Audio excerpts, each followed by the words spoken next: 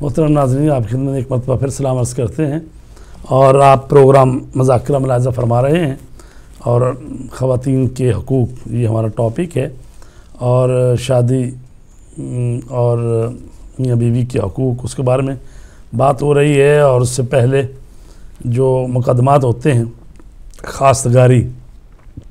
اس کی بات ہو رہی ہے۔ چونکہ ہمارے پروگرام کو اردو بولنے والے بھی دیکھتے ہیں، فارسی بولنے والے بھی اس پروگرام کو بعض لوگ دیکھتے ہیں، تو میں وہ چند الفاظ پڑھ دیتا ہوں کہ اگر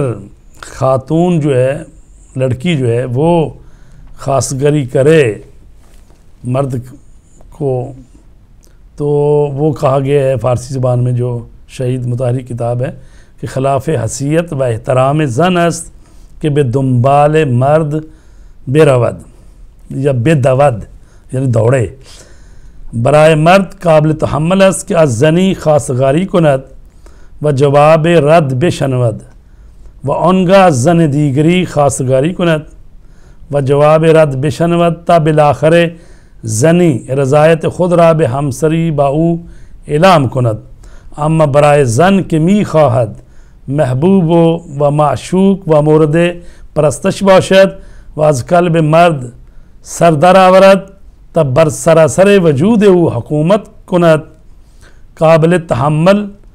تحمل و موافق گریزه نیست که مردی را به همسری خود دعوت کند و احیانا جواب رد بشنود و سراغ مرد دیگری برود۔ تو یہ جیسے کہ بلاز نے فرمایا تھا وہی چیز ہے، اس کو ہم نے فارسی میں پڑھ دیا ہے کہ یعنی یہ مرد تو یہ حوصلہ رکھتا ہے کہ وہ ایک جگہ پر جائے رشتہ لے کر اور اس کو انکار کر دیا جائے تو وہ دوسری عورت کے لیے بھی جا سکتا ہے، تو اسی طرح حتیٰ کہ اس کو مل جائے خاتون اس کے لیے، لیکن عورت کے لیے یہ معاملہ ذرا مشکل ہے کہ وہ خواستگاری کرے اور پھر آگے سے جواب نہ کا مل جائے، تو یہ اس کے لیے زیادہ سخت ہے۔ لہٰذا وہی طبعی طریقہ جو ہے وہی قوموں میں اپنایا جاتا ہے، اور ہمارے ہاں بر صغیر میں بھی یہی طریقہ ہے کہ لڑکے والے جو ہیں وہ رشتہ لے کر جاتے ہیں۔ اور اگرچہ جو مثال قبلہ نے دی ہے حضرت خدیجۃ الکبریٰ سلام اللہ علیہا کی کہ انہوں نے اپنا رشتہ جو ہے بھجوایا، لیکن وہ بھی جس کو کہیں نا رسمی طور پر باقاعدہ وہ جناب حضرت ابو طالب ہی رشتہ لے کر گئے ہیں، خاص تاری کی ہے، کیونکہ وہ حضرت خدیجۃ الکبریٰ کا یا ورقہ بن نوفل کے ذریعے یا یہ ہے کہ ان کی جو سہیلی یا کنیز تھی نفیسہ اس کے ذریعے پیغام آیا، اور پھر ادھر سے باقاعدہ حضرت خدیجۃ الکبریٰ سلام اللہ علیہا کی خواستگاری کی گئی۔ تو قبلہ دوسری مثال آپ دے رہے تھے۔ جی میں عرض کر رہا تھا کہ اصل معاملہ جو ہے نا وہ حیثیتوں کی حفاظت ہے۔ دین چاہتا ہے کہ مرد کی حیثیت بھی باقی رہے، محفوظ رہے، اور عورت کی حیثیت بھی محفوظ رہے، اور خدا نے خلقت جو ان دونوں کے وجود میں رکھا ہے ان کے اجتماع سے ہی خاندان کی اصل جو کیفیت بنتی ہے۔ اور دوسری مثال، ظاہر ہے کہ یہ مثالیں کائنات میں ان سے بڑی مثالیں ہمارے پاس نہیں ہیں۔ دوسری مثال حضرت سیدہ فاطمہ الزہرا صلی اللہ علیہا بی بی کے رشتے ہیں کہ امیر المومنین علیہ السلام جب خواہش کا اظہار کیا سرکار دو عالم سے، تو حضرت نے فرمایا کہ بھئی پہلے بھی رشتے آئے ہیں تو میں اپنی بیٹی سے پوچھتا ہوں۔ تو اس کا مقصد یہ ہے کہ پیغمبر اکرم نے باقاعدہ اس بات کی اجازت دی کہ تائید ہو گئی، مطلب سنت رسول اور سنت امیر المومنین سے تائید ہوگی نا۔ جی تائید ہوگی بالکل، بلکہ وہ پہلا واقعہ بھی سنت ہی کا حصہ ہے، اور یہ دوسرا واقعہ بھی سنت ہی کا حصہ ہے۔ تو اصل یہی ہے کہ یہ جو ایک واقعہ بھی تاریخ میں لکھا ہے کہ دو شخص کہیں جنگ میں تھے اور حالت جنگ میں، تو ایک کے پاس نیزہ نہیں تھا، جی تو دوسرے اس نے کہا کہ بھی کوئی ہے جو مجھے نیزہ دے تو میں اس کی خواہش پوری کروں گا۔ بہرحال یہ آدمی کہتا ہے جی میں نے اس کو دیا، تو میں نے کہا بھی خواہش میری کیا خواہش پوری کرو گے؟ تو اس نے کہا کہ میری بچی اگر کوئی پیدا ہوئی تو جو بھی پہلی دختر ہوگی، جو بھی پہلی بیٹی ہوگی وہ تیرے لیے میں پرورش کروں گا. بہرحال مختصر یہ ہے کہ وہ اب بڑی ہو گئی، اس نے گیا، اس کو یاد آیا، بھول بھال گیا، اس نے جا کے رابطہ کیا تو اس نے کہا بھی میں نہیں کرتا. پیغمبر اکرم صلی اللہ علیہ وسلم کے پاس آیا. تو اس میں بھی بات وہی، یعنی اسلام نے کس طرح خاتون کی عزت اور اس کے مقام کو محفوظ رکھنے کی یعنی واقعی کوشش کی ہے. تو کہا یا رسول اللہ وہ اب نہیں مانتا، وہ اپنے وعدے سے پھر گیا. تو بہرحال مختصر یہ ہے کہ پیغمبر نے فرمایا تم بھی غلطی پر ہو، وہ بھی غلطی پر ہے، تم دونوں. ہاں پوچھا کہ خاتون کی عمر کیا ہے، اس نے کہا جی اب اس کے سر میں مطلب چند ایک بال جو ہیں وہ سفید ہیں، تو شادی کے قابل ہے، شادی کے قابل. فرمایا کہ اگر ایسی صورتحال ہے تو تم دونوں جو ہے وہ اس غلطی پر ہو. یعنی اس خاتون سے پوچھا جائے کہ وہ بالآخر اس کی رائے کیا ہے. تو یہ بنیادی اس میں بھی بہت سارے فقہی مسائل نکل سکتے ہیں، کیونکہ فقہ یہ بھی اجازت دیتی ہے کہ دادا یا باپ جو ہے وہ کم عمری میں بھی لڑکے یا لڑکی کی شادی کر سکتے ہیں، عقد کر سکتے ہیں، اور رخصتی تو اسی وقت ہوگی جب وہ شادی کے قابل ہو جائیں گے، یعنی حق کے زوجیت ادا کرنے کے قابل ہو جائیں، گھر کو سنبھال سکیں، ان میں رشد عقلی، فکری، جسمانی وہ سارے پورے ہو جائیں. لیکن عقد نکاح پہلے پڑھ سکتا ہے، یہ شریعت میں ہے بات. تو اب اس میں جو باریک سی بات آئی ہے کہ اس پوچھا کہ بھی اس کی کیا حیثیت ہے، اس نے کہا جی اب تو اس کے سر میں سفید بال بھی نمایاں ہونے لگے ہیں، تو اس کا مطلب ہے وہ مثلا 20-25 سال سے اوپر ہو گئی ہے. تو جب ایسی صورت میں ہو جائے تو وہ شریعت نے جو دوسری بات کہی ہوئی ہے کہ اگر وہ عاقلہ ہو، رشیدہ، بالغہ ہو، ٹھیک ہے جی، اپنے اچھائی برائی کو خوب سمجھ سکتی ہے، یا اقتصادی طور پر وہ خود مختار ہو گئی ہے، تو پھر وہ باپ کی جو رضا ہے وہ شرط وہ نہیں رہتی. تو شاید اس میں یہ بھی معاملہ آ گیا ہو. اسی لیے آپ نے فرمایا کہ یعنی اب نہ تم فیصلہ کر سکتے ہو نہ وہ باپ فیصلہ کر سکتا ہے، تو یہ جو ہے تم دونوں غلطی پر. اچھا یہاں پہ چند ایک معاشرتی مسائل بھی ہیں خصوصاً ہماری سوسائٹی کے اندر. وہ میں سمجھتا ہوں کہ کلچر کے جو روایات اور کچھ چیزیں آ گئی ہیں. اب مشکل یہ ہو گئی ہے خاصگاری کے حوالے سے کہ رشتے آتے ہیں اور رشتے نہیں ہوتے. جی ہوتا یہ ہے کہ کبھی باپ نہیں راضی تو کبھی بھائی نہیں راضی، کبھی حتیٰ یہ ہے کہ خالہ نہیں راضی، حتیٰ یہ ہے کہ پھپھو نہیں راضی، حتیٰ یہ ہے کہ ماں کی کوئی سہیلی نہیں راضی. تو وہ بیچاری بدبخت ہو جاتی ہے 30 سال 32 سال اور وہ بچی کی شادی نہیں ہوتی. اور یہ شرعی طور پہ ایسا نہیں ہے، بلکہ علماء نے یہ بھی کہا ہے، بعض مجتہدین فقہا کی نقطہ نظر یہ بھی ہے کہ اگر باپ جو اصل ولایت رکھتا ہے اگر وہ کوئی تھوڑا سا مثال کے طور پر ایسے فیصلے کرتے ہیں جو درست نہیں ہیں تو حتیٰ اس کی ولایت بھی ساقط ہو جاتی ہے. یعنی اصل معاملہ ہے اس بچی کو بالآخر ایک خاص عمر میں جانا چاہیے، اپنے گھر اور اپنی زندگی کو جو ہے وہ شروع کرے. تو اس اعتبار سے ہم دیکھتے ہیں کہ خواستگاری کا جو مرحلہ ہے ان معاشرتی مسائل کو بھی اگر واقعاً دین کی دی ہوئی تعلیمات کے مطابق اگر ہم لے کر آگے بڑھیں تو میں نہیں سمجھتا کہ کوئی مشکل پیش آئے. یہی وجہ ہے کہ جب اس طرح کے مسائل ہوتے ہیں، بچیاں تاخیر ہو جاتی شادیوں میں، اور اسی طرح انتخاب کے مرحلے میں بہت ساری رکاوٹیں پیدا ہو جاتی ہیں، نتیجہ یہ ہوتا ہے کہ آگے چل کے پھر وہ معاملات نہیں بنتے. یہاں تک کہ آج ہم دیکھتے ہیں کہ اور یہ جو اسلام نے کہا ہے کہ بھئی جو لڑکی یعنی دوشیزہ ہے، کنواری لڑکی ہے اور وہ پہلی دفعہ شادی اس کی ہو رہی ہے، ابھی پہلی شادی جو ہو رہی ہے، تو اس میں باپ کی جو رضا ہے، رضامندی وہ شرط ہے، ٹھیک ہے نا جی. لیکن اگر وہ ایسا رشتہ ہے کہ جو لڑکی کو بھی پسند ہے، اس کا ہم کو بھی ہے، اور باپ ایسے خام خواہ کوئی پنجابی زبان میں کہیں کوڑے چین ڈال رہا ہے، تو اس کی شرط بھی ساقط ہو جاتی ہے. لیکن ماں کو یا بھائی کو یا کسی اور کو تو یہ حق بھی حاصل نہیں ہے کہ مثلاً وہ اتنا بھی کرے. لیکن رشتے وہیں خراب ہوتے ہیں جہاں باپ تو بیچارہ چپ کر کے بیٹھا ہوتا ہے، ماں زیادہ پردھان منتری ہوتی ہے. تو ماں کو چونکہ پسند نہیں آ رہا یا بھائی کو پسند نہیں آ رہی بات، تو لہٰذا باپ کی کو چلنے نہیں دیتے، تو وہاں پھر لڑکی جو ہے وہ بیٹھی رہتی ہے اور اس کی عمر جو ہے پھر زیادہ ہو جاتی ہے. یا اگر شادیاں ہوتی ہیں تو پھر وہ ناکام ہوتی ہیں. مطلب ہے اگر اور یہاں پر ایک بڑی خوبصورت بات ایک عالم دین کہہ رہے تھے کہ حقیقت میں جو شادیاں ہو بھی جائیں تو اس کو جو خراب کرنے والے ہوتے ہیں وہ سائڈ والے لوگ ہوتے ہیں. صحیح. یعنی بعض دفعہ ایسا ہوتا ہے کہ میاں جو ہے وہ اپنی بیگم پر راضی ہے, ٹھیک ہے, لیکن وہ جو لڑکے کی ماں ہے وہ آ کے کچھ نہ کچھ درمیان میں ایسی بات کہے گی کہ جس سے معاملہ خراب ہو جائے. نہیں بلکہ ہمارے معاشرے میں تو یہ ہے, کہتے ہیں جا کے لڑکے سے کہتے ہیں تم طلاق دو, حالانکہ وہ دونوں راضی ہیں. جی ہاں, یعنی وہ دونوں خوش ہیں, گھر چل رہے ہیں, وہ کانے ہیں اسی پر. جی جی. لیکن یہ ہے کہ ان کو میرا مطلب پریشانی ہوتی ہے, اللہ جانے کیا مفادات. اور کہہ رہے بھی ہاں یہ چھوٹا سا گھر تم نے لیا, یہ کیا گھر ہے,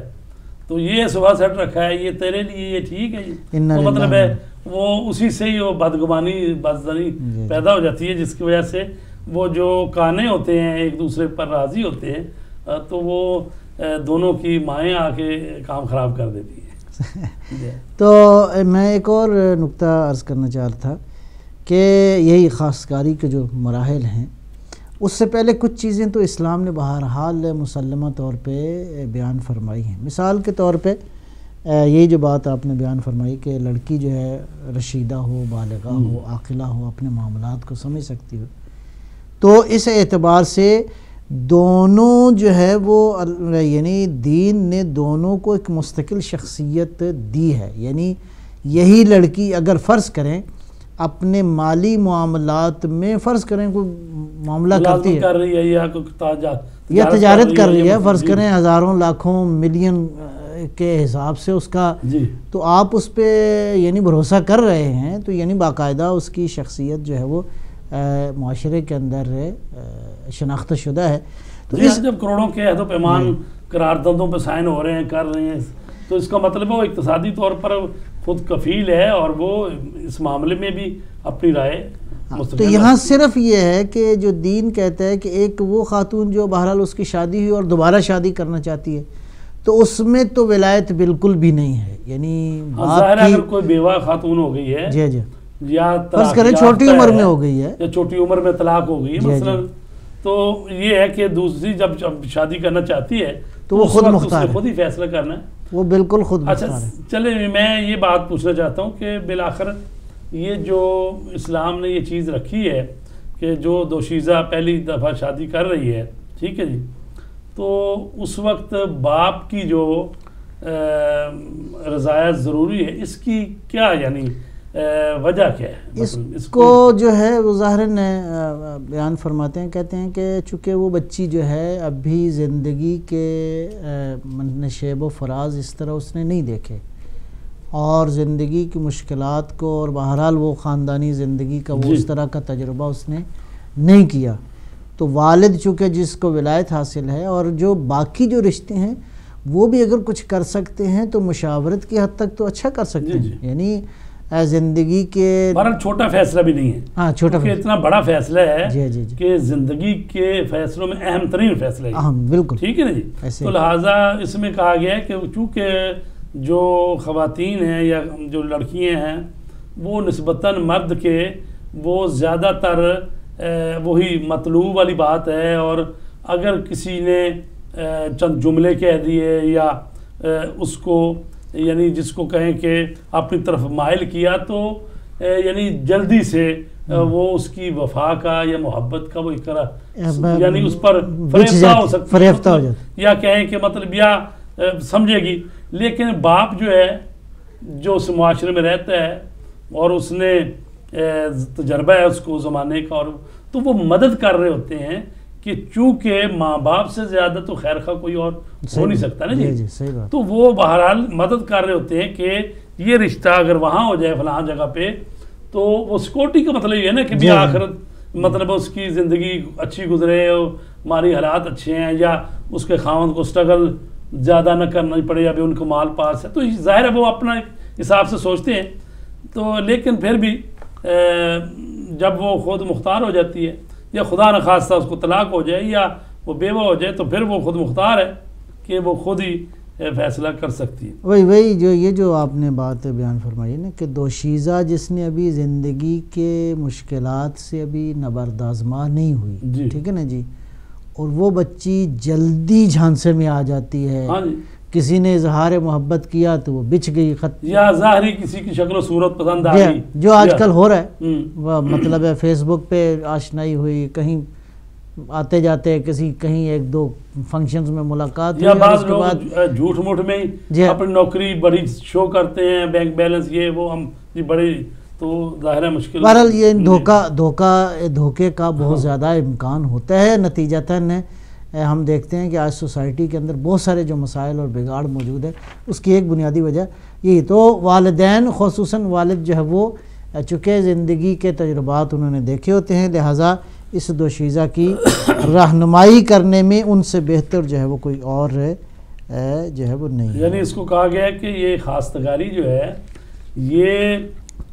یعنی جیسے اعتراض کیا جاتا ہے، یہ تو ایسی بات ہو گئی کہ جس طرح ایک مثلاً کوئی جنس یا کوئی کالا اور یہ یعنی کوئی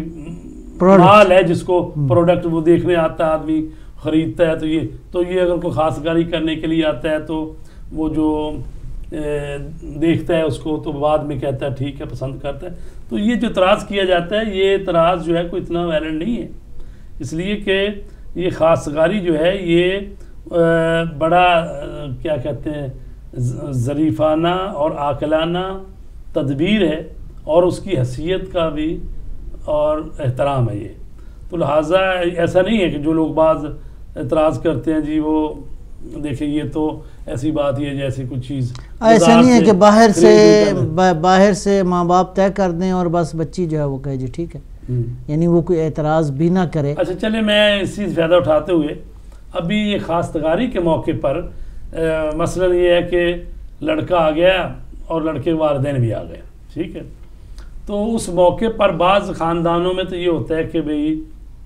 بہانے سے وہ کہہ دیتے ہیں کہ جناب جاؤ بیٹی چائے لے کے آؤ، مطلب یا کوئی چیز لے کے آؤ، ابھی وہ بیٹھے ہوئے ہیں تو وہ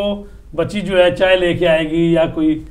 چیز لے کے آئے گی ان کے لیے پذیرائی کی، تو وہاں لڑکا بھی بیٹھا ہے، لڑکے کے ماں باپ بھی ہیں، تو انہوں نے لڑکی کے قد و قامت کو دیکھ لیا، ٹھیک ہے،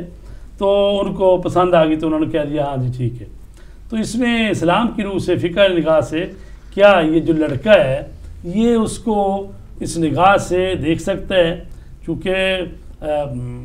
اس میں یعنی کہاں تک جائز ہے، یا اس موقع پر علیحدہ سے بیٹھ کے